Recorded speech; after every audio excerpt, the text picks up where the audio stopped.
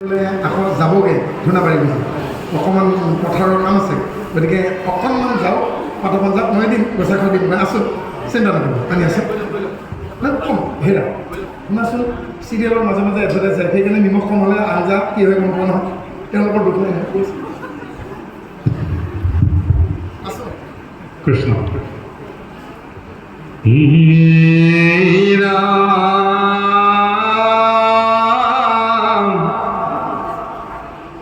পাতিলা সংকট বিহু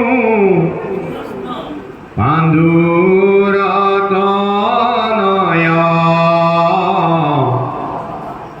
যেন কোটি বাহু সূৰ্য গাকিবে জয়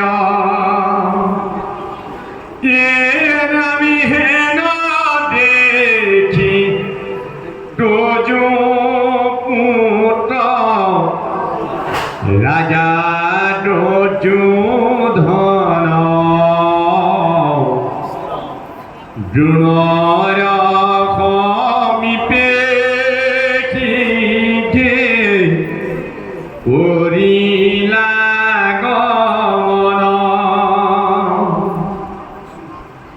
নমস্কাৰ কৰি বোলে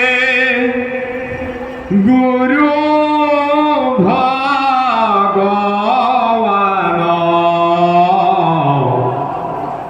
পাণ্ডৱৰ বিহু খান দেখা কেনে থান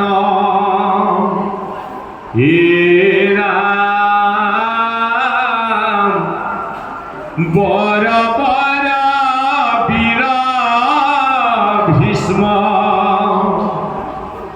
অৰ্জুন সমান শিখণ্ডীকাই টকি ধৃষ্ট কেতু যুযুমান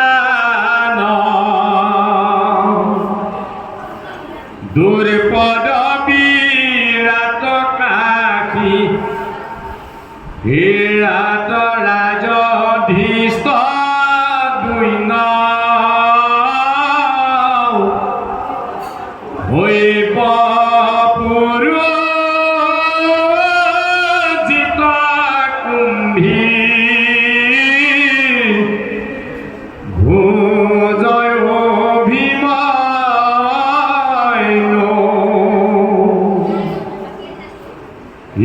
আমি বিজয় বিক্রান্তয় রাজিত সিন্ধু পতি ভুবে গয় নীল ভদ্র কুমতি হিরামে কে যোধা মইনু খাও রঙ্গ সুবীর পতিবৃন্দ আদি পরিশ উত্তর পতির ইয়তি রথি মহারথী কত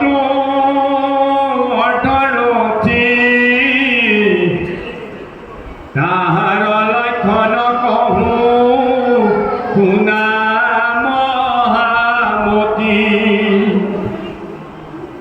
একে একে ৰথে উঠি কৰয় সংগ্ৰাম নিশ্চয় জানিবা তাৰ অধৰথি নাম হাজাৰ ৰথ কয় ৰথে কৰে ৰণ মহাৰথী বুলিয়া হয় কৰে বজন হিৰামি অসংখ্যাত ৰথ লেখা জোখা নাহি যাৰ একে ৰথে যুঁজে উঠি ৰথী নাম তাৰ আমাৰ দেখিও মুখ্য বিবৰণ কৃষ্ণ কৃষ্ণ বিবৰণ বিবৰণ কিপকিত ব্ৰহ্মায়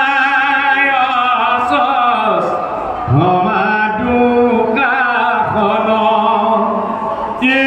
নামি কৰ্ণ দেৱী কৰ্ণ ভূৰি শ্ৰৱা ভগদত্ত হালব হৈল কাম্বুজে বীৰ জয়দত্ত কৃষ্ণ ইয়াত অকণমান আগতে আমি পালোঁ কৌৰৱ পক্ষই চক্ৰ বিহু পাতিছেগৈ আৰু পাণ্ডৱ পক্ষই শংকত বিহু পাতিছে আৰু সেয়েহে শংকত বিহু পতা দেখি দুৰ্যোধনে কৈছে যেন আমাৰ সৈন্যবোৰক আমাৰ পক্ষত যেন গ্ৰাস কৰিব হে গুৰুদেৱ কাক কৈছেগৈ দ্ৰোণাচাৰ্যক কৈছেগৈ দুৰ্যোধনে কৈছেগৈ যে পাণ্ডৱৰ বিহুখন চোৱা কেনেকুৱা হৈছে আৰু তাত কোন কোন আছেগৈ সকলোতকৈ আগত কোন কোন আছেগৈ ভীম গদাধৰ ভীম অৰ্থাৎ কেৱল ভীমক বলে পৰা মানুহ এজনেই আছে এজন দুৰ্যোধন আৰু দুৰ্যোধনৰ বাদে এওঁলোকক ভীমক বলে পৰা মানুহ কোনো নাই গতিকে একেবাৰে আগত ভীম আছে ভীমৰ লগতে অৰ্জুন আছেগৈ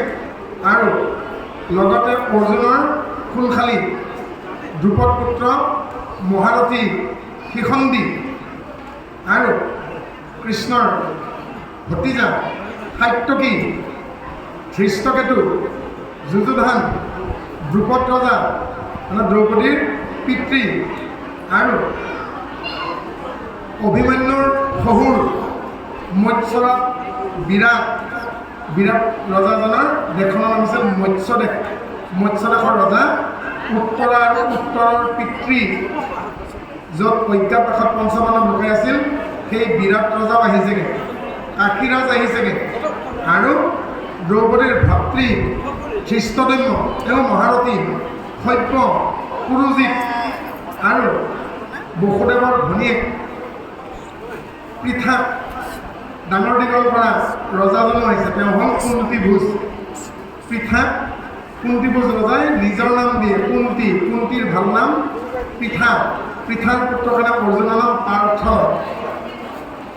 আৰু কোন কোন আহিছেগৈ বিজয় বিক্ৰান্ত অপৰাজিত সিন্ধুৱতী সুবেশ উত্তম নীল সুভদ্ৰমতী একৈৰাজ আহিছেগৈ যুধামন্যু আনন্দ সৌবীৰ আৰু কোন আহিছেগৈ দ্ৰৌপদীৰ 5টা পুত্ৰ আহিছেগৈ প্ৰতিবিম্ব শ্ৰুতকৰ্ণা শতানিক শ্ৰুতসেন শ্ৰুতকীৰ্তি যুধিষ্ঠিৰৰ লগত হোৱা দ্ৰৌপদীৰ পুত্ৰৰ নাম প্ৰতিবিম্ব ভীমৰ লগত হোৱা দ্ৰৌপদীৰ পুত্ৰৰ নাম শ্ৰুতসেন অৰ্জুনৰ লগত হোৱা দ্ৰৌপদীৰ পুত্ৰৰ নাম শ্ৰুতকীৰ্তি নকুলৰ লগত হোৱা সন্তানৰ নাম শ্ৰুতকৰ্ণা আৰু সহদেৱৰ লগত হোৱা সন্তানৰ নাম শতানিক কিন্তু নামবোৰ মনত ৰখাটো খুব টান অৰ্জুনৰ পুত্ৰৰ দ্ৰৌপদীৰ লগত পুত্ৰৰ নাম কি পালোঁ ইয়াত শ্ৰুতকীৰ্তি কিন্তু সিফালে ৰামায়ণত ভৰতৰ পত্নী শ্ৰুতকীৰ্তি ৰামায়ণত কথা স্ত্ৰী কেৰেক্টাৰ স্ত্ৰী চৰিত্ৰ মহাভাৰতৰ কথা পুৰুষ চৰিত্ৰ গতিকে ভৰতৰ পত্নীৰ নামো শ্ৰুতকীৰ্তি দ্ৰৌপদীৰ লগত ধৰা অৰ্জুনৰ সন্তানৰ নাম শ্ৰুতকীৰ্তি মদ্ৰৰাজ শল্য আৰু কৃষ্ণৰ বলৰামৰ গুৰুৰ পুত্ৰ শান্তিপনীৰ পুত্ৰৰ নামো শল্য একে হলে গতিকে আকাৰ ইকাৰ সলনি হ'লেহে বৃষ মানুহ বৃষ দাস বৃষ পাব আকাৰ ইকাৰ সলনি হ'লে ক'ৰবাত গুচি যাব গতিকে কৰ্ণৰ তিনিটা পুত্ৰ বৃষকেতু অশ্বকেতু শশকেতু সেইফালে ৰামৰ ভায়েক লক্ষণ ইফালে মহাভাৰতত দুৰ্যোধনৰ পুত্ৰৰ নাম লক্ষণ হয় নাই গতিকে অকণমান ইফাল সিফাল হ'লে কিন্তু ক'ৰবাত গুচি যাব গতিকে প্ৰতিবিন্দকে আদি কৰি দ্ৰৌপদীৰ পঞ্চপুত্ৰ যি এই পাঁচটা পুত্ৰক অশ্বত্থামাই নিশাৰ অন্ধকাৰত বধ কৰিছে অতিৰথী মহাৰথী কাৰ লক্ষণ বুলি কৈছেগৈ অলপ আগত আমি কৈছোঁ এখন ৰথতকৈ মাত্ৰ এখন ৰথৰ বীৰৰ সৈতে যদি যুদ্ধ কৰে সেয়া অৰ্ধৰথী হাজাৰ ৰথত অহা বীৰৰ লগত যদি মাত্ৰ এখন ৰথত উঠি যুদ্ধ কৰে তাক মহাৰথী বুলি কৈছেগৈ আৰু অসংখ্যাত মানে ব্লেক যুগ নাই অসন্মুখত যিমান আহিছে সকলো কথা অকলে যুঁজ কৰিছেগৈ তেওঁ কৈছেগৈ অতিৰথী এতিয়া দুৰ্যোধনে দ্ৰোণাচাৰ্যৰ আগত দুৰ্যোধনক সহায় কৰিবলৈকে কোন আহিছেগৈ তাৰ হিচাপ দিছে কৃপাচাৰ্য কৃতবৰ্মা অশ্বত্থামা দুঃশাসন কৰ্ণ বিকৰ্ণ ভূৰিশ্ৰৱা ভগদত্ত আমাৰ কামৰূপৰ পৰা নৰকাসুৰৰ পুত্ৰ ভগদত্ত গৈছে কিয় মানে ভগদত্তই নিজৰ জীয়েকক বিয়া দিছিল দুৰ্যোধনলৈকে কিন্তু দুৰ্যোধন নিজৰ ভাল আছিল কৰ্ণক পঠিয়াইছিল বয়সৰ কাৰণে আৰু কৰ্ণই দুৰ্যোধনলৈকে এই ভগদত্তৰ ছোৱালী লৈ গৈছেগৈ আৰু সেইকাৰণে ভগদত্তই দুৰ্যোধনক সহায় কৰিছিল আৰু ইয়াত অসমৰ পৰা সৈন্য গৈছিল দুৰ্যোধনক সহায় কৰিবলৈ ভগদত্ত আৰু ভগদত্ত বৰ বৃদ্ধ আছিল পাতৰ কাপোৰৰ চকী এটা বন্ধা আছিল আৰু সেই চকীটো কাটি দিয়াত চকু চেলাউৰিয়ে ঢাকি ধৰিছিল আৰু অৰ্জুনে সেনেকৈ ভগদত্তক বধ কৰিছিল নহ'লে ভগদত্ত অবৈধ আছিল সেই বৃদ্ধ বয়সতো তেওঁ অতি বীৰত্বৰে কুৰুক্ষেত্ৰ যুদ্ধ কৰিছিল শাল্ব শল্য কম্বুজ বীৰ জয়দ্ৰত আৰু জয়দ্ৰতো অজয় আছিল এই কুৰুক্ষেত্ৰ যুদ্ধৰ জলখিনিক অজয় জয়দ্ৰথৰ লগত তুলনা কৰা হয় জয়দ্ৰথ জল গান্ধাৰী নিলোপ যদি গান্ধাৰীৰ পুত্ৰসকল নিলোপ হয় তেতিয়াহ'লে সেই কুৰুক্ষেত্ৰ যুদ্ধৰ ৰণৰ নৈখনৰ জলখিনি জয়দ্ৰথ বৃষকেতু বৃষসেন ভীষ্ম গুৰুদুল বৃষকেতু কৰ্ণৰ পুত্ৰ যুদ্ধত অশ্বকেতু শশকেতু বৃষকেতু তিনিও আহিছিল কিন্তু সেই তিনিওৰ ভিতৰত অশ্বকেতু শশকেতুৰ মৃত্যু হয় বৃষকেতু কেৱল বাচি থাকে কুন্তী মাতৃৰ প্ৰায় 10গৰাকী নাতি এগৰাকী নাতিৰ পুতি মানে আজু নাতিৰ মৃত্যু হৈছিল দ্ৰৌপদীৰ পঞ্চপুত্ৰ প্ৰতিবিন্দ শ্ৰুতসেন শ্ৰুতকীৰ্তি শ্ৰুতকৰ্মা শতানী অভিমন্যু ঘটোৎকচ লক্ষণ অশ্বকেতু শশকেতু হয়নে আৰু লগতে ভীমৰ পুত্ৰ ঘটোৎকচৰ পুত্ৰ বৰবৰিকৰো মৃত্যু হৈছে আৰু এনেকৈ 11টা নাতিপুতি কুন্তীৰ মৃত্যু হৈছে আৰু বৰবৰিকে নিজেই নিজৰ মূৰটো খণ্ডন কৰি কৃষ্ণক উপহাৰ দিছে নহ'লে এদিন এবেলাতে কুৰুক্ষেত্ৰ যুদ্ধ বৰবৰিকে সামৰি থলেহেঁতেন আৰু এই ঘটোৎকচো অসমৰ সন্তান কাৰণ হিড়িম্বাৰ ঠাই আমাৰ অসমহে অৰ্জুনৰ পুত্ৰ বব্ৰুবাহন মণিপুৰৰ কাৰণ মণিপুৰৰ ৰাজকুমাৰী আছিল চিত্ৰাংগদাৰ পুত্ৰ বব্ৰুবাহন বাচি গ'ল কিয় তেওঁ যুদ্ধত অংশগ্ৰহণ কৰা নাছিল আৰু বাচি গ'ল কোন অৰ্জুনৰ পুত্ৰ নাগৰাজ্য পাতালৰ জীয়ৰী উলুপিক বিয়া কৰে উলুকৰ জন্ম বব্ৰুবাহনৰ লগত যুদ্ধত হাৰোঁতেকে উলুপিৰ পুত্ৰ উলুকে নাগমণি দি অৰ্জুনক ৰক্ষা কৰে আৰু এই মহাভাৰতৰ যুদ্ধত কিয়নো 10টা নাতি কম বয়সতে মৃত্যু হ'ল সেই কথা কৃষ্ণই অৰ্জুন কুন্তীক কৃষ্ণক কুন্তী মাতৃয়ে সুধিছে ভতিজা মোক তুমি কোৱাচোন তেতিয়া কৃষ্ণই কৈছেগৈ পেহী মানে কুন্তী বা পৃথা হ'ল বসুদেৱৰ ভনী বসুদেৱ আৰু পৃথাৰ দেউতাকৰ নাম সুৰসেন এওঁলোক যদুবংশ আৰু উগ্ৰসেন হ'ল ভোজ বংশৰ নিপতি উগ্ৰসেনৰ বাপেকৰ নাম সুৰ একেই নাম কিন্তু উগ্ৰসেনৰ বাপেকৰ নাম সুৰ আৰু বসুদেৱৰ বাপেকৰ নাম সুৰসেন। সুৰসেনৰ ভায়েকৰ নাম সফলক। সফলকৰ পত্নীৰ নাম গান্ধিনী আৰু সফলকৰ সন্তানৰ নামে হ'ল অক্ৰূৰ। অক্ৰূৰ বসুদেৱতকৈ বয়সত সৰু হোৱাৰ কাৰণে কৃষ্ণই খুৰা বুলি মাতে। অক্ৰূৰ খুব ভাল সাৰথি আছিল, সেইকাৰণে কংসই অক্ৰূৰৰ দ্বাৰা কৃষ্ণ বলৰামক ধনুৰ যজ্ঞলৈকে লৈ গৈছিল। এয়াই হ'ল যদুবংশৰ বংশলতা। আৰু যজাতিয়ে পুত্ৰসকলক অভিশাপ দিছিল, তহঁতৰ বংশত স্বয়ং ভগৱন্ত আহিলেও ৰজা হ'ব নোৱাৰিব। আৰু সেইকাৰণে কংসৰ মৃত্যুৰ পাছত মথুৰাৰ ৰজা নিজে নহয় বলৰামক কৈ কাৰাগাৰৰ পৰা মুক্তি দি পুনৰ উগ্ৰসেনকে ভোজবংশৰ নৃপতি আকৌ মথুৰাৰ ৰজা পাতে। যেতিয়া পঞ্চপাণ্ডৱ স্বৰ্গাৰোহণৰ পথত যাত্ৰা কৰে তেতিয়া উগ্ৰসেনৰ মৃত্যু হোৱা ভোজবংশৰ এটি ৰাজকুমাৰ বজ্ৰক মথুৰাৰ ৰজা পাতি পঞ্চপাণ্ডৱ স্বৰ্গগামী হয়গৈ। আৰু ইফালে তেওঁলোকে পৰীক্ষিতক ৰজা পাতি থৈ যায়। পৰীক্ষিতৰ পাছত জন্মে জয় হয়।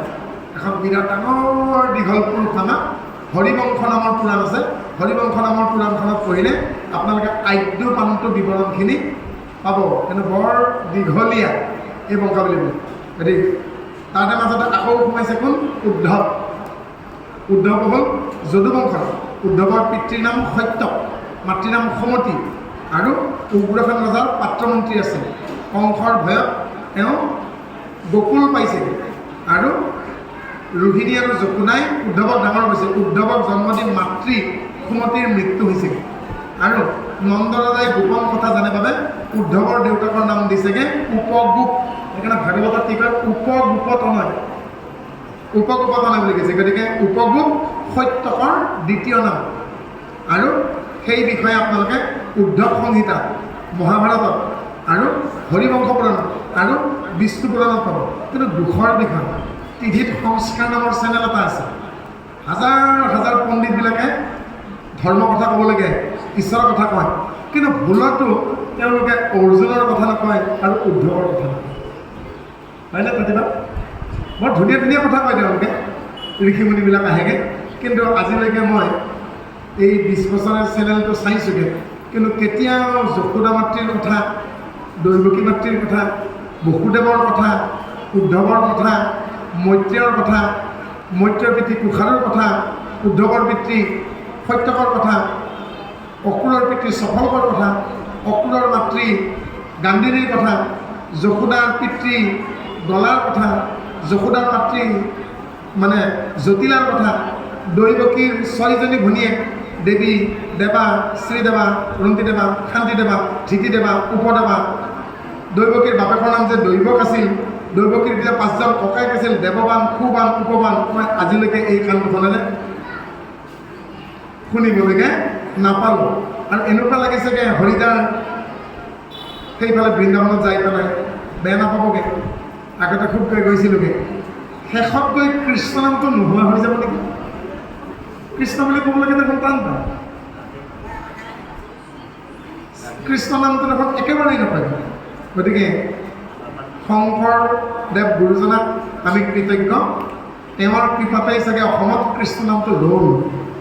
গতিকে যেই নাম সেই হৰি জানা নিষ্ঠা কৰি নামষাৰ নিৰ্মাই নামেই সকলো।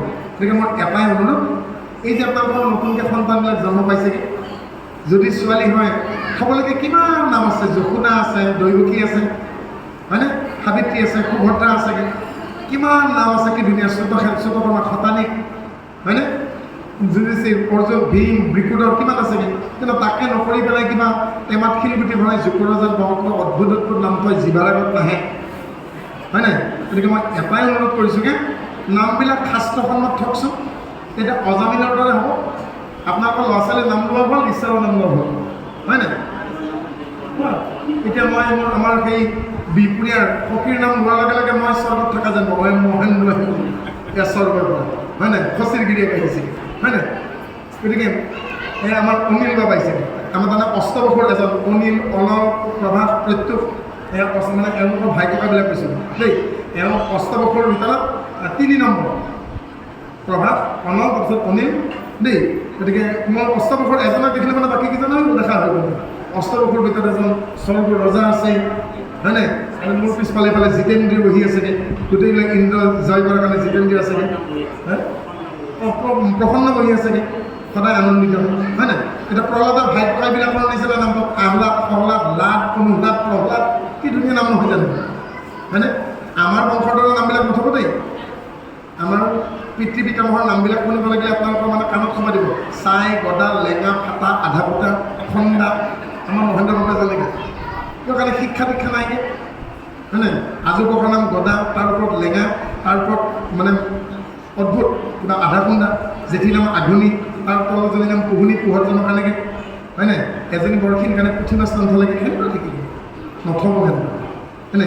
শাস্ত্ৰখনত নামবিলাক থকচোন। কৃষ্ণ, অৰ্জুন হ'ব পাৰে।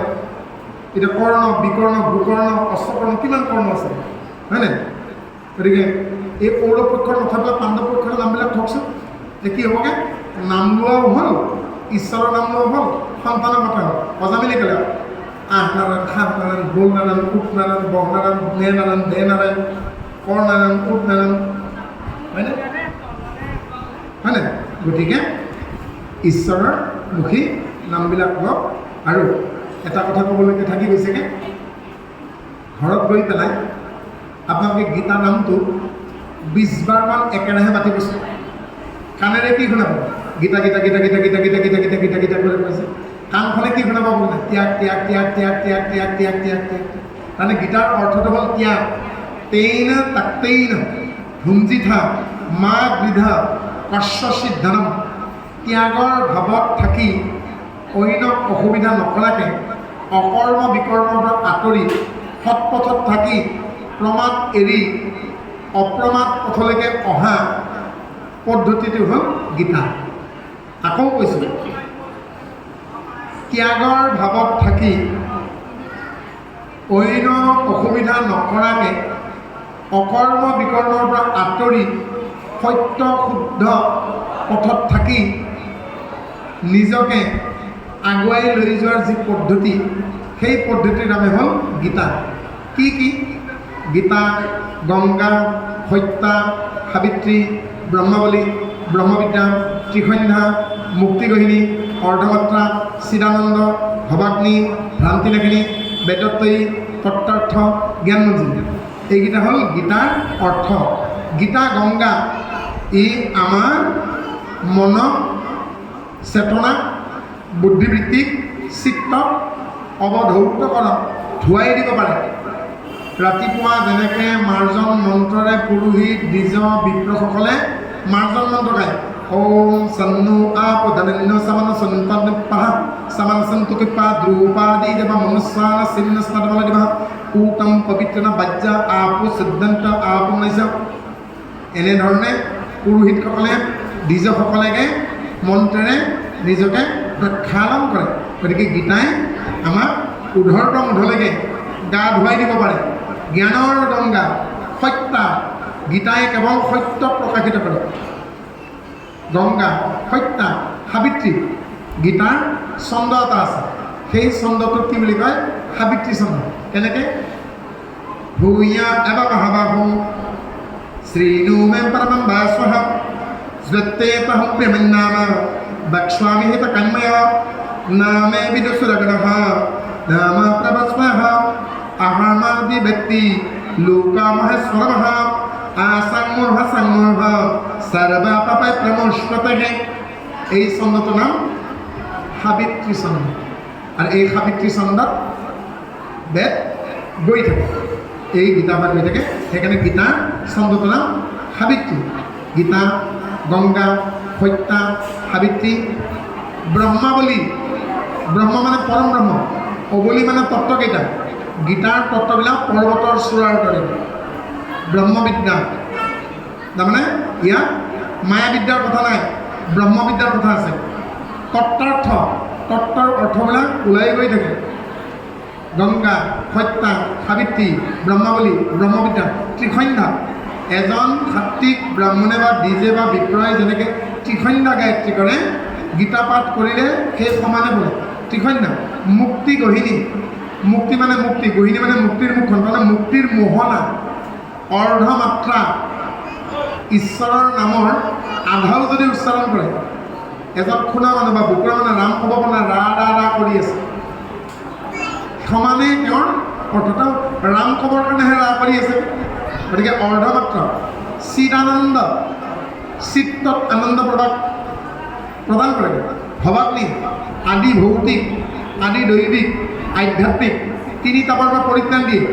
সেইকাৰণে কি বুলি কৈছেগৈ ইয়াক তিনি তাপৰ পৰা পৰিত্ৰাণ কৰে। ভৱাগ্নি ভ্ৰান্তি নাখিনি মনৰ সংশয় ছেদন কৰে, ভ্ৰান্তদন। বেদত্ৰয়ী ঋকসাম যজু অথৰ্ব 4খন বেদৰ ভিতৰত 3খন বেদৰ কথা আছে ইয়াত। সেইকাৰণে বেদত্ৰয়ী বুলি কৈছে। কিয় বেদত্ৰয়ী বুলি কৈছেগৈ? মূল বেদত পঢ়িব লাগিলে 3টা তত্ত্ব থাকিব লাগিব, মৃতত্ব, অমিতত্ব, স্বৰতত্ত্ব। এই 3টা তত্ত্ব ঋকবেদ, সামবেদ, যজুৰ্বেদত আছে, অথৰ্ব বেদত নাই। সেইকাৰণে ত্ৰিবেদ বুলি কৈছে, হয়নে? বেদত্ৰয়ী আৰু শেষত জ্ঞান মঞ্জুৰী। আজি আপোনালোকে গীতা পাঠ শুনিলে, শুনি এসময়ত এনেকুৱা হ'ব ঘৰত বহি থাকোঁতে ক'ৰবাত যেন ভাগৱত পাঠ, ক'ৰবাত যেন গীতা পাঠ হৈ আছেগৈ, কাণত মঞ্জিৰা বজোৱা দি বজি থাকিব। তাকে কি কৈছে জ্ঞান মঞ্জিৰী। আৰু এয়াই গীতাৰ অৰ্থ আছিল। গীতা, গংগা, সত্যা, সাবিত্ৰী, ব্ৰহ্মাৱলী, ব্ৰহ্মবিদ্যা, ত্ৰিসন্ধ্যা, মুক্তিগহিনী, অৰ্ধমাত্ৰা, চিদানন্দ, ভৱাগ্নি, ভ্ৰান্তিনাশিনী, বেদত্ৰয়ী, তত্ত্বাৰ্থ, জ্ঞান মঞ্জুৰী। আৰু শেষৰ অধ্যায়ত এই কথাকেইটা আপোনালোকে পাব। এই গীতা মহাভাৰতত মাজত আছেগৈ, আমি আদিতেই কৈ থৈ দিছোঁগৈ। আৰু এনেদৰে দুৰ্যোধনে দ্ৰোণাচাৰ্যৰ আগত নিজ পক্ষৰ কৃতবৰ্মা, কৃপাচাৰ্য, অশ্বত্থামা, গুৰু নিজে, পিতামহ ভীষ্ম, খালবৰাজ মানে অম্বাৰ হ'বলৈকে গিৰিয়েক আছিলেগৈ। আৰু আনকি পঞ্চপাণ্ডৱৰ মোমায়েক শল্য আহি পঞ্চপাণ্ডৱক সহায় নকৰি তাক সহায় কৰিছেগৈ দুৰ্যোধনৰ মাজে। কৰ্ণ, বিকৰ্ণ, যুধামন্যু, যোৰাসন, এনেকৈ আৰু কৰ্ণৰ পুত্ৰবিলাকো আহিছেগৈ। এনেকৈ বহু ডাঙৰ বীৰ আহিছেগৈ। এইবাৰ ইয়াৰ পাছত ভীষ্মই তেওঁৰ শংখ বজাই যুদ্ধৰ উদ্বোধনী ঘোষণা কৰিব। আৰু ভীষ্মই বজোৱাৰ পাছতেকে পাণ্ডৱ পক্ষটো ৰণভেৰী বাজি উঠিবগৈ। আৰু যি বাদ্যৰ ধ্বনিত কৌৰৱ পক্ষৰ বুকুত ধপধপনি সৃষ্টি হ'ব, তাকে এইবাৰ বৰ্ণনালৈকে আহিব। কিন্তু ইতিমধ্যে আমাক বৰ্ণনা দি আছে দুৰ্যোধনে দ্ৰোণাচাৰ্যৰ আগত, আচাৰ্য দ্ৰোণৰ আগত তেওঁ নিজৰ পক্ষৰ বৰ্ণনা দি আছে। ইটো কৃষ্ণ ভাজন কৃষ্ণ আমাৰ ভাৱ এটা উদয় হৈছে। আপুনি গীতাৰ প্ৰত্যক্ষদৰ্শী ব্যাখ্যাৰ প্ৰসংগটো শৰীৰৰ লগত আগবঢ়াইছে, আমি সুন্দৰ সঁজুলিত উপলব্ধ হৈছোঁ। আৰু লগতে এটা প্ৰশ্ন ভাৱাৰ্থ, এই 2য় অধ্যায় সাংখ্য যুগত প্ৰত্যক্ষভাৱে দেখুৱাইছে অৰ্জুনক প্ৰথম যেতিয়া পাঞ্চজন্য শংখ ফুংকাৰিছিলে। কিন্তু আমি ভাবিছোঁ যিহেতু অৰ্জুন প্ৰতিজ্ঞা আৰু বাক্যত বন্দী, প্ৰতিজ্ঞাবদ্ধ, অৰ্জুন আৰু কৃষ্ণৰ লগত সমীপ সান্নিধ্য আছে, কিন্তু তেৰাৰ সেই শংখকে মান্যতা ৰাখি বাকী বাকজৰীৰ যুদ্ধত তেওঁ প্ৰত্যক্ষদৰ্শী নকৰি ভাগে ভাগে প্ৰত্যেকজনকে 5টা শংখ কিয় বজাবলগীয়া হ'ল? যদি কৃষ্ণৰ প্ৰত্যক্ষদৰ্শী হিচাপে তেৰাৰ বাক্যত প্ৰতিজ্ঞাবদ্ধ, তেতিয়াহ'লে গাইগুটীয়া শংখ কিয় বজাবলগীয়া হ'ল? অকণমান দেখুৱাই দিয়ে কৃষ্ণ।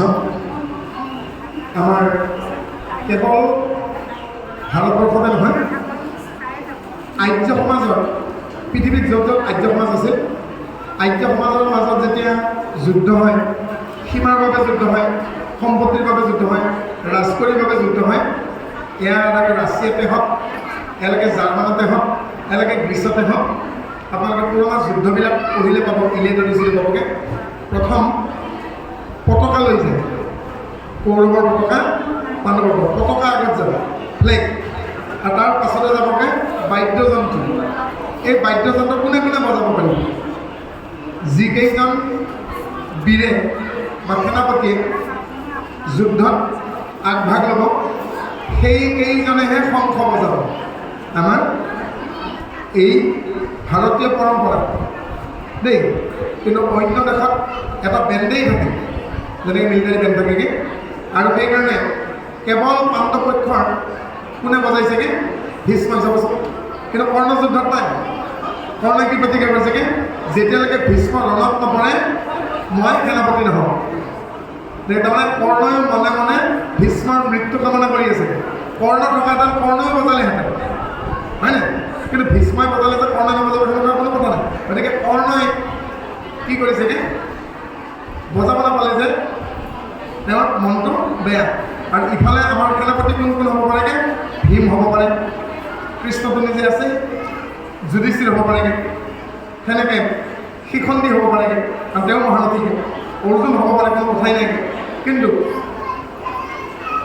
নকুলো হ'ব পাৰে, সহদেৱো হ'ব পাৰে। সেইকাৰণে ধৃষ্টদ্যুম্নকে আদি কৰি কিন্তু দ্ৰৌপদীৰ পঞ্চপুত্ৰই শংখ বজাব। প্ৰতিবিন্ধ, শ্ৰুতকীৰ্তি, শ্ৰুতসেন, ইয়াৰ কাৰণে তেওঁলোক জাষ্ট নাবালকৰ পৰা চাবালক হৈছিল, মানে ডেকা হৈ উঠাই আছিল। সেই অৱস্থাতেই যুদ্ধত গৈছেগৈ। সেইকাৰণে তেওঁলোকে সেনাপতি হোৱাৰ যোগ্যতা নাথাকে কাৰণে তেওঁলোকে বজোৱা নাই। গতিকে কৃষ্ণই আগতে কি কৈছেগৈ? কুৰুক্ষেত্ৰ যুদ্ধৰ নিয়ম বান্ধি লৈছে। নিয়ম কি? সেনাপতিসকলে যুদ্ধ ঘোষণা কৰিব লাগিব। বেলি ডুবাৰ পাছত আক্ৰমণ কৰা নিষেধ। যুদ্ধ বন্ধ হোৱাৰ পাছত ইপক্ষৰ সৈন্য সিপক্ষত যাব পাৰিব, তাত এখন দিয়ে। তাতে কৃষ্ণই কৈ দুৰ্যোধনেও আহি অৰ্জুনৰ খবৰ ল'ব পাৰিব, তাত আপত্তি নাই। গতিকে সেই যুদ্ধৰ নিয়ম অনুসৰিহে কি কৰিছেগৈ? আৰু কৃষ্ণই মাত্ৰ কৈছেগৈ মই কিন্তু সেনাপতিত্ব নকৰোঁ, কাৰণ মই অস্ত্ৰ নধৰোঁ। অস্ত্ৰ নধৰিলে সেনাপতি হ'ব নোৱাৰেগৈ। সেইকাৰণে কৈছে মাত্ৰ চাবুক ঘেৰি দিছেগৈ। এফালে বাঘ যদি মানে লেকামাৰ চাব। সেইকাৰণে কি কৰিলেগৈ? তেওঁ মান্যতা দিলে। কৃষ্ণই যুধিষ্ঠিৰক মান্যতা দিছে, আপুনি আৰম্ভ কৰিব। আৰু লগে লগে সুভুক, মণিপুষ্প, দেৱদত্ত, পাঞ্চজন্য একেলগে। কিন্তু কি কৰিলেগৈ? যুধিষ্ঠিৰে আকৌ ওলোটাকৈ কৃষ্ণক ক'লে বোলে আপুনিহে উদ্বোধন কৰি দিব সন্মানৰ খাতিৰত। আৰু যুধিষ্ঠিৰক ওলোটাকৈ দাদা বুলি মাতে কৃষ্ণ, কাৰণ সখীৰ দাদা বোলে। তেতিয়া কৈছেগৈ নহয়, বয়সত সৰু হ'লেও তোমাৰ সাহতেই আমি যুদ্ধত আহিছোঁ। গতিকে তুমি সেইকাৰণে কৃষ্ণক আৰম্ভণি কৰি দি তাৰপিছত কৃষ্ণক কৈছে দাদা আপোনালোকে। আৰু একেলগে কি বজালেগৈ? একেলগে বজাৰ ফলত কি হ'লগৈ? যাতে পাণ্ডৱৰ এই শংখ নিনাদত কৌৰৱ পক্ষৰ বুকুত ভয়ৰ সঞ্চাৰ হয়। গতিকে আগৰ দিনৰ যুদ্ধত বাদ্যযন্ত্ৰ কোনে কিমান ধুনীয়াকৈ বাদন কৰিব পাৰিব, সেয়াও এটা যুদ্ধত। আৰু আগৰ দিনৰ যুদ্ধত কি আছিল? মৰ্যাদাৰ যুদ্ধ। এতিয়াৰ দৰে পিছফালৰ পৰা আক্ৰমণ কৰা আছে। কুৰুক্ষেত্ৰৰ যুদ্ধত এদিনাখনেই অঘটন ঘটিছে, সেইদিনাখন হ'ল অভিমন্যু বধ কৰা দিনাখন। সেয়া অন্যায় যুদ্ধ হৈছে, কাৰণ কি নিৰস্ত্ৰক হত্যা কৰাৰ কাৰণেই অৰ্জুনে কৰ্ণৰ ওপৰত প্ৰতিশোধ ল'লে যে তুমি এই চক্ৰবেহুত পেলাই। কাৰণ কৰ্ণ আৰু দুৰ্যোধনে একেলগে তৰোৱাল ভৰাই দিছিল অভিমন্যুৰ পিঠিত। সেইকাৰণে অৰ্জুনে কৰ্ণক সুযোগ নিদিলে। গতিকে মই বসুমতীৰ পৰা চকাটো উলিয়াই লওঁ, কিন্তু সুযোগ দিলে জানো অৰ্জুন? নিদিলে। মোৰ পুত্ৰক জানো তুমি সুযোগ দিছিলা? মোৰ পুত্ৰক যেতিয়া সুযোগ নিদিলা, সেইকাৰণে অৰ্জুনক এদিন অন্যায় যুদ্ধ কৰিবলগীয়া হ'ল। যুদ্ধৰ খাতিৰত এদিন যুধিষ্ঠিৰে মিছা কথা ক'বলগীয়া হ'ল। অশ্বত্থামা হতকিন 2 গজত লগে লগে বাদ্য বজাই দিয়া হ'ল, যাতে পিছৰ খালী নাপাত, হয় নাই? প্ৰথম অৱস্থাত ন্যায় যুদ্ধই হৈ আছিল, পিছলৈকে কিন্তু অন্যায় যুদ্ধ হ'ল। আৰু শকুনি দেখাত ভাল চৰিত্ৰ নহয়, কিন্তু শকুনিয়ে এদিনো এই খালি চক্ৰবেহুৰ দিনাখনৰ বাদে এদিনো কিন্তু তেওঁৰ মৰ্যাদা ভংগ কৰা নাই। শেষত নকুল আৰু সহদেৱে একেলগে শকুনিক বধ কৰে। গতিকে অৰ্জুনে এদিন মৰ্যাদা ভংগ কৰিছেগৈ, দুৰ্যোধনে ভালেকেইদিন মৰ্যাদা ভংগ কৰিছেগৈ, কৰ্ণই এদিন মৰ্যাদা ভংগ কৰিছেগৈ, আৰু ভীষ্মই এদিন যুদ্ধৰ মৰ্যাদা ভংগ কৰি অৰ্জুনৰ ৰথৰ সাৰথি কৃষ্ণক ব্যতিগ্ৰস্ত কৰিছে। গতিকে ইয়াক আগতে আমি কিয় বাদ্য বজাই পালোঁ? কাৰণ কৃষ্ণ অনুমতি দিলে। প্ৰথমতে যুধিষ্ঠিৰে কৈছিল, যুধিষ্ঠিৰে আকৌ ক'লে নহয় বাসুদেৱ তুমি আৰম্ভ কৰা। আৰু সেইকাৰণে আকৌ সন্মান জনাই, বয়সত সন্মান জনাই যুধিষ্ঠিৰক ক'লে নহয় আপুনি। আৰু এই পাণ্ডৱ পক্ষৰ যিমানকেইজন আছিল সকলোৱে সংসলীনাথ কৰিছিল। তাৰ পাছতে ইয়াত ক'বগৈ আৰু অন্য বাদ্য বাজিছে বুলি কৈছে। সেনাপতিসকলে বজোৱাৰ পিছতে কনক, হেৰি, আনক, তাল ইত্যাদি আমাৰ ৰণবাদ্য প্ৰায় 56 প্ৰকাৰৰ যুদ্ধবাদ্য আছে। আৰু কুৰুক্ষেত্ৰ যুদ্ধত প্ৰায় 150 বিধ অস্ত্ৰ ব্যৱহাৰ হৈছে। চাৰু, বাৰু, ধনু, কাণ্ডা, অসি, জাতি, মুখল, পুংগল, পদ্মলকে আদি কৰি ইয়াত পাবগৈ অস্ত্ৰ শস্ত্ৰৰ নাম 156 বিধ অস্ত্ৰ ব্যৱহাৰ হৈছিল। বিভিন্ন অস্ত্ৰ ব্যৱহাৰ, মাত্ৰ 2বিধ অস্ত্ৰ ব্যৱহাৰ হ'লে কুৰুক্ষেত্ৰ যুদ্ধ, ত্ৰিশিৰাৰী আৰু বিজৃম্ভন। হৰিহৰৰ যুদ্ধত আপোনালোকতকৈ অলপমান পিছত তেজপুৰত বান ৰজা হৈ শিৱই কৃষ্ণৰ লগত যুদ্ধ কৰিছিল। আৰু হৰিহৰৰ যুদ্ধত শিৱই ব্যৱহাৰ কৰিছিল ত্ৰিশিৰাৰী বাণ আৰু কৃষ্ণই বিজৃম্ভন বাণেৰে শিৱক পৰাস্ত কৰিছিল। আৰু বান ৰজাৰ 1000খন হাতৰ 4খন হাত ৰাখি 996খন হাত কাটি পেলাইছিল। আৰু মাত্ৰ তাত ব্ৰহ্মাস্ত্ৰ ব্যৱহাৰ হৈছিল, অষ্টদমে ব্যৱহাৰ, কিন্তু ত্ৰিশিৰাৰী আৰু বিজৃম্ভন ব্যৱহাৰ নহ'ব। আৰু সুদৰ্শন চক্ৰ তাত ব্যৱহাৰ হোৱা নাই। কৃষ্ণই কৌমুদিকতা ব্যৱহাৰ কৰে। তাৰ মানে চাৰু, বাৰু, ধনু, কাণ্ডা 4 ব্যৱহাৰ। চাৰু মানে আগফালে তৰোৱালৰ গাদী, পিছফালে গদি, এয়া হ'ল চাৰু। আগফালে তৰোৱাল, পিছফালে পৰতৰ দৰে দাগ, এখনৰ বাৰু। দাখনৰ নিচিনা ডাঙৰ মহিষাসুৰ আৰু নৰকাসুৰৰ যিখন থাকে আগটো কটা, সেইখনৰ খান্দা। এনেধৰণৰ বহু প্ৰকাৰৰ তৰোৱাল ব্যৱহাৰ হৈছে। অসি, যিখন চিধা তৰোৱাল, সেইখনৰ নাম অসি। এনেদৰে তৰোৱালেই প্ৰায় 10 বিধমান ব্যৱহাৰ হৈছে। গতিকে আনকি মূল মহাভাৰতত তৰোৱালখনৰ মুঠিটোক কি কয়, ধৰা খামচটোক কি কয়, গদিটোক কি কয়, হাড় কোনখিনি কি কয়, হয়নে, মুদ্ৰা কোনখিনি কয়, মূল মহাভাৰত বেলেগ সেইখিনি পাব। তৰোৱালৰ ওলোটাই দিলে যিটো মুঠিটো টোপটো ওলাই থাকে সেইটো নাম মুদ্ৰা। খান, চুপি, হাড়, গদি, কেৰা এনেকুৱাকৈ তৰোৱালখনৰ 14টা পাৰ্ট আছে। মোৰ মহাভাৰতত একদম ইমানলৈকে বৰ্ণনা পাব।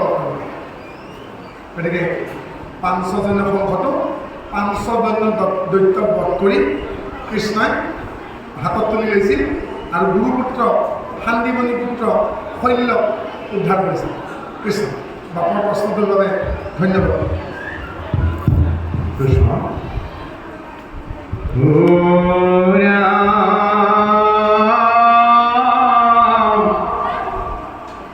বিককেতু বিককেন ভীষ্ম গুরু দোরেন কর্মা কয়াদি করি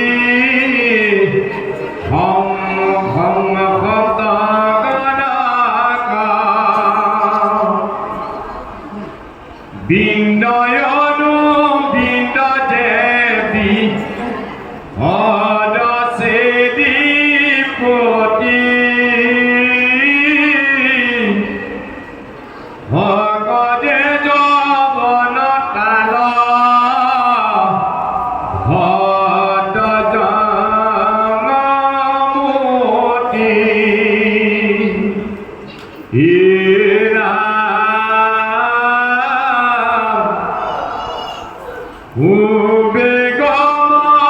বেগমলারকিত বীরভদ্র ভানু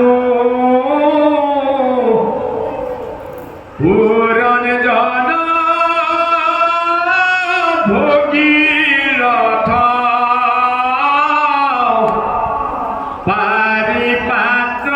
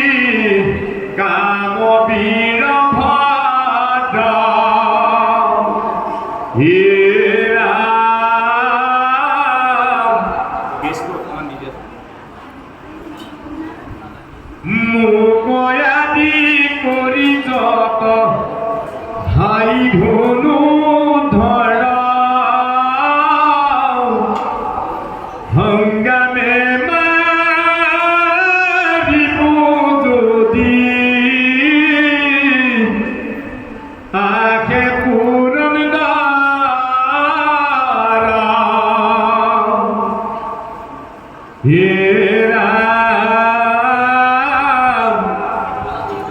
হিয় পর্যাপ্ত খেলা লেখি বাক কারগ যার ঘেনা প্রতি ভইলা ভীষ্ম পিতামহ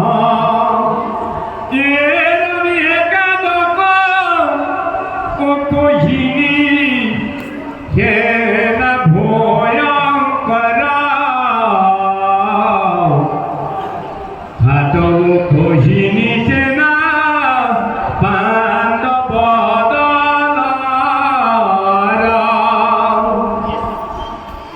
তথাপি আমার কেনা নে দেখো বল পাণ্ডবর কেনা হেন দেখি কালান হিরমি হেন জানি ভীষ্ম যারা কিউ পরস্পর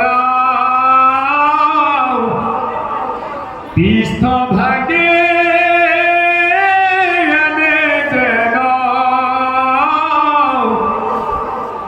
নগরয়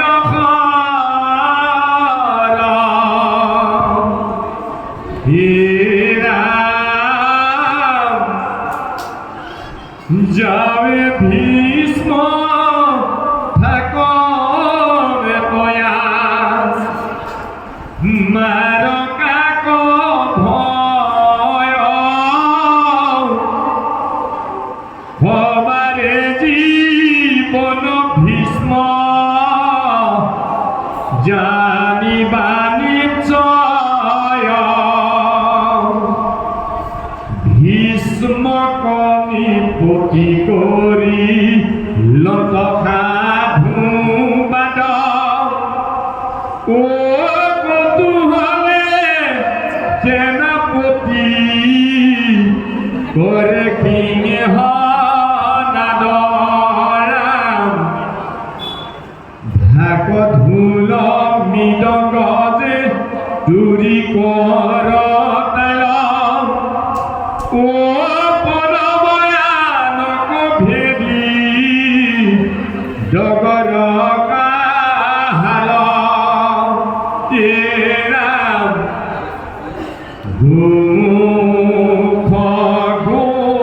মুখ কাঙ্খ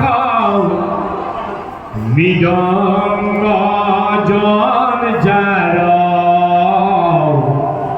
রাম বিন বংশী যেন বরু কলন্দর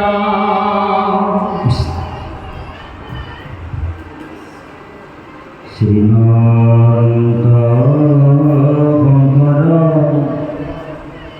হরি ভকতর জানা যেন কল্পতরু